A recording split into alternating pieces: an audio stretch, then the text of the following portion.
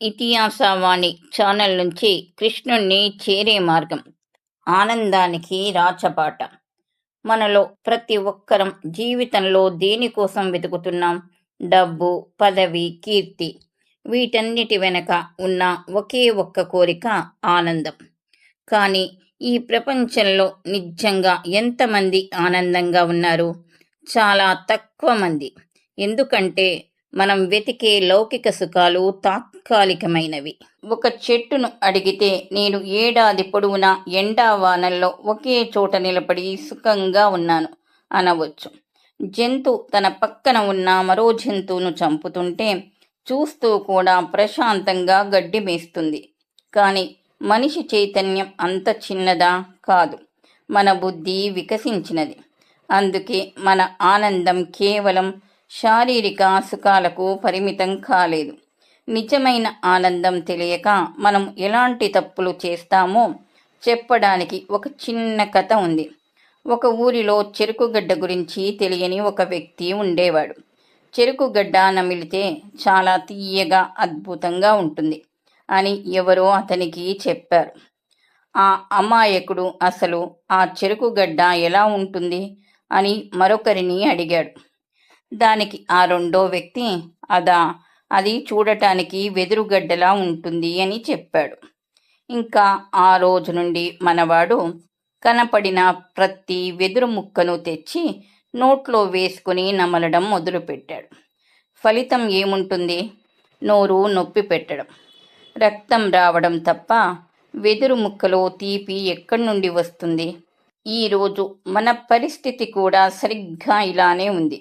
లౌకికమైన క్షణికమైన శారీరక సుఖాలనే వెదురు ముక్కలను నములుతూ అందులోనే నిజమైన ఆనందం దొరుకుతుందని భ్రమపడుతున్నాం. మరి నిజమైన ఆనందం ఎక్కడ ఉంది? ఈ భౌతిక ఇంద్రియాలకు అతీతంగా మన లోపల ఉన్న జీవాత్మలోనే ఆ ఆనందం ఉంది. శరీరం నుండి ఆత్మ వెళ్ళిపోతే శవానికి సుఖ దుఃఖాలు తెలియవు. కాబట్టి అనుభవించేది శరీరం కాదు, లోపల ఉన్న ఆత్మే. దీని గురించే శ్రీకృష్ణ భగవానుడు భగవద్గీతలో అర్జునుడికి అద్భుతంగా వివరించాడు. అంటే విశుద్ధమైన బుద్ధి ద్వారా భౌతిక ఇంద్రియాలకు అతీతంగా అనుభవించే ఆధ్యాత్మిక ఆనందమే అత్యుత్తమమైనది. దీనిని యోగులు పరమాత్మపై దృష్టి పెట్టి సాధిస్తారు. దేవాది దేవుడైన ఆ శ్రీకృష్ణునితో జీవాత్మ పొందే ప్రేమానురాగాల సంబంధమే నిత్యమైన ఆనందం. బృందావనంలో జరిగిన రాసలీల కూడా భౌతికమైనది కాదు. అది ఆధ్యాత్మిక శరీరాల మధ్య జరిగిన పరమానంద వినిమయం. ఒకసారి ఈ కృష్ణ చైతన్యాన్ని, ఆధ్యాత్మిక ఆనందాన్ని రుచి చూసిన వ్యక్తికి మిగిలిన భౌతిక సుఖాలన్నీ నిస్తారంగా వెలవెలబోయినట్లు కనిపిస్తాయి. గీతలో చెప్పినట్లు ఈ స్థితిని పొందిన వాడిని ఎంతటి ఘోర దుఃఖాలు, మహా విపత్తులు ఎదురైనా చెలింప చెయ్యలేవు.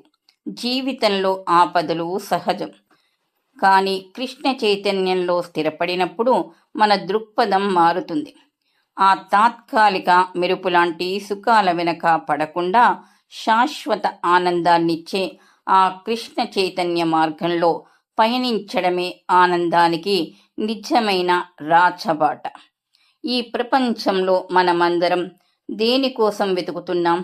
సుఖము, సంపద, కీర్తి, అందం, అవునా? కానీ ఇవన్నీ సాధించిన మనసులో ఏదో తెలియని వెలితి, అశాంతి. ఈ భౌతిక ప్రపంచం ఒక మహాసముద్రం లాంటిది. ఇందులో ఎప్పుడూ జనన మరణాలు, కష్టాలు అనే అలలు వస్తూనే ఉంటాయి. మనం ఎంతగా ఈ భౌతిక సుఖాలతో రాజీ పడదామన్నా లోపల ఉన్న అశాంతి మనల్ని వదలదు. భగవద్గీతలో శ్రీకృష్ణుడు చెప్తాడు, మనసే మన కష్టాలన్నిటికీ కారణం. మన మనసు ఒక నిలకడలేని చెరువు లాంటిది. దాన్ని కదిలిస్తే ఎప్పుడో 10 ఏళ్ల క్రితం జరిగిన చేదు జ్ఞాపకాలు, ఆలోచనలనే బురద పైకి వస్తుంది. కళ్యాలు లేని గుర్రాల రథంపై పయనిస్తే ఎలా ఉంటుందో మన ఇంద్రియాలు, మనసు అదుపులో లేకపోతే మన జీవితం కూడా అలాగే భయానకంగా మారుతుంది. మరి ఈ అజ్ఞానపు సముద్రాన్ని దాటడం ఎలా?